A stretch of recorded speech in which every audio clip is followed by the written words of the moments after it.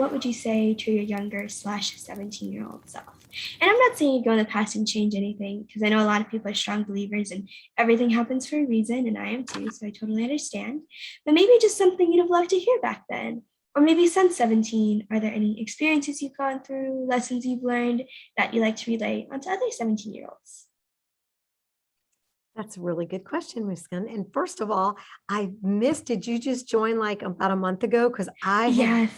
you must have just joined when I've been off the Bible study. I had another commitment Bible Mhm. study. So it's amazing, but I'm still reading the book. Oh, yeah, it's So a great I book. We're will, going through it. yeah, I will see you on there. Okay, Absolutely. cool. Absolutely. So what would I say to my younger 17-year-old self? Mhm. Looking back, and that was a long time ago, right? Are you sure it So wasn't like 10 years ago? yeah, yeah. So I mean, I think I've learned so much. I think one of the things, always be present. So I have this insatiable desire to learn and grow and do too much and fit too much into a day. So know your boundaries, right? I think that that's really important. When you have a family and a business, whatever career you're in, I think it's just real important to have balance. So when you're home, you're home. When you're at work, you're at work, which I didn't always do. I'd be home and my mind was thinking about work, right? And vice versa. So I think that just creating balance in your life is really important. Um, Becoming a really good listener and understanding, trying to be selfless when you're listening and understanding from the other person's perspective, because at the end of the day, we've all learned, our mentor and your father's Rick Ruby wrote a book called People Equals Profits, and that really says it all. I believe that the more that you can give to others, in fact, a mentor of mine years ago, Zig Ziglar, I heard him say, yeah, that's a long time, way before you were born. You can have everything you want in life if you just help enough people get what they want. So I think that's really important. And, honestly, showing up every single day with an attitude of gratitude. I think Mm, just having that attitude, no matter what, of gratitude, even when you go through adversity, because we all do.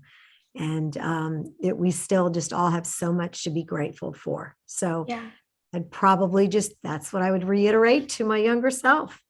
And those are amazing things to reiterate. My dad has always told me like it was the number one thing growing up that he was like, if you're gonna learn anything really, it's gonna be gratitude. Always having gratitude for whatever you have, even if you don't think you have that much. I guarantee you have something to be appreciated of. Exactly. And the other thing, which I guess I don't really need to, I did figure this out early in life, but you have to have mentors in your life, Mhm. right? Later on in life, coaches, when you can afford it. But I think that's really important also. Yeah, definitely. What is something that kind of sticks out to you now? I'm sure there's just so much you've learned from your mentors across the years, but if there's one thing that's kind of sticking out to you right now, what would you say? Or what From would you repeat? from all the mentors that I've had in my life, Yeah. you know, I just have to go back to being selfless and really thinking about like the other person's perspective. I just pause and pray, right?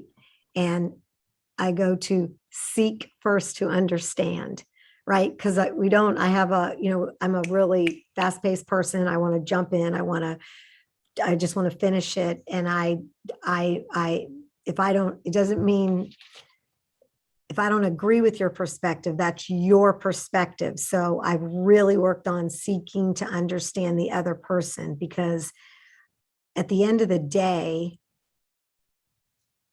your reality is your truth. It's what you learned, it's what you heard. So it's what other people tell you, right? So True. we all create our own reality. So if you try to understand where that, even though I may be like, how in the world can, and this can be even with my own children, my team, how could somebody think like that just because I think like this? Well, I have to understand that's their truth, right? So Definitely. that Yeah, makes, I love that. I think a lot of people sometimes get caught up with different perspectives and thinking that there's maybe only one right way to do something, or just their way is it's their way or the highway, and that's is kind of all. But I think if you step back, I know there's so many times I've like disagreed with like my friends on maybe something. I step back, I'm like, hey, that's your opinion. That's not necessarily something that's going to affect me. It's just something like a different movie preference or a different way they fold the laundry or something. It's not that big yes, of a deal to us, and it's totally exactly. okay. Yeah, of course. That's so awesome for you to talk about. Thank you so much for sharing. I'd love to learn a little bit more about you. Kind of how did you fall into what you're doing now? So how I fell into the mortgage industry was just a total fluke. I was doing public relations for a title company, and I was just not fulfilled and bored with that. And I decided I was going to go back to law school. So, or back to school. I mean, I had my BA, but I wanted to go to law school. So I actually went to Stetson, started, getting all the information. And then a friend that I knew that I used to call on when I did PR for a title company asked, have you ever thought about getting in the mortgage business? And I said, no. And he said, well, why don't you? I'll pay for you to get your license. And so that was it. Literally, I knew so many agents in town. I was like, let me try it. I tried it. And from day one, I just fell in love with it, worked for him for a couple years, and I'm so grateful for him. And then I ended up opening up my own company 2 years later. Wow, Yeah. that's awesome. That's actually so funny that you mentioned that. I was just talking to Kendra Cook a few days ago, and she mentioned how she had kind of a similar story. She was going to go to law school, and then she was working for a mortgage company, and they said, "Hey, we'll, just do a little bit in the mortgage, and if you hate it, you can't do anything in it, then we'll just pay for you to go back to school." And she's like, "Okay," and then that's so funny. Is the law school thing really stuck out to me. Yeah, I made the right choice. I've loved it since day one. 30 years later, I still love it. That's incredible. What's the one thing that you really enjoy? At this stage now, I just enjoy developing people and helping people, reach their full potential and just continuously trying to elevate the team. I've hired a lot of young people over the past year and a half, which is just fulfilling to as all the stuff we're talking about. If I've just learned so much more from all the mistakes I've made in my life. So if I can lead them into success and balance, that's really right now what Yeah. fuels me. Yeah, and I was just talking to Lucia before you got on, and she's just an awesome person to talk to. So I can definitely tell you that you have the best people on your team. I do. I have an amazing team. Yeah, that's awesome. And my dad mentioned to me that you have kids, and you were planning to help your kids go into mortgage as well. My kids did, yes, correct. Yeah, They both work for the branch, and it's awesome. Yeah, I love yeah, having them. One's on the that, team, one has a different role, and they work really hard. yeah, that's so cool. He thought that was really interesting, specifically because I'm kind of following in his footsteps with business, and he's like, Jane does it too. So it's totally cool that all these other people have I their love kids in it. the business too. Yeah, I love it. That's awesome. What are some things that you like to do for fun, kind of outside of mortgage? I love to fish every bit. I'm a big time into fishing. I love to work out. I work out 7 days a week. I love just being outside, biking. I love to bike. Yeah, I love biking. Biking's the most fun thing for me that I could ever do. Yeah, it definitely is. Yeah. I love being outside, Yeah, where's your boating. where's your favorite place to fish? Um, we fish a lot in the Keys. I love the Bahamas too, going back there in March, but we Oh, fish right here out of offshore out of Tampa Bay. So we're very, very fortunate to be to be close. yeah. Get out quick. Fishing is Yeah. Yeah, I've been fishing a few times. Me and my dad too. He went fishing a few times in I think the Tampa area too, if I remember correctly.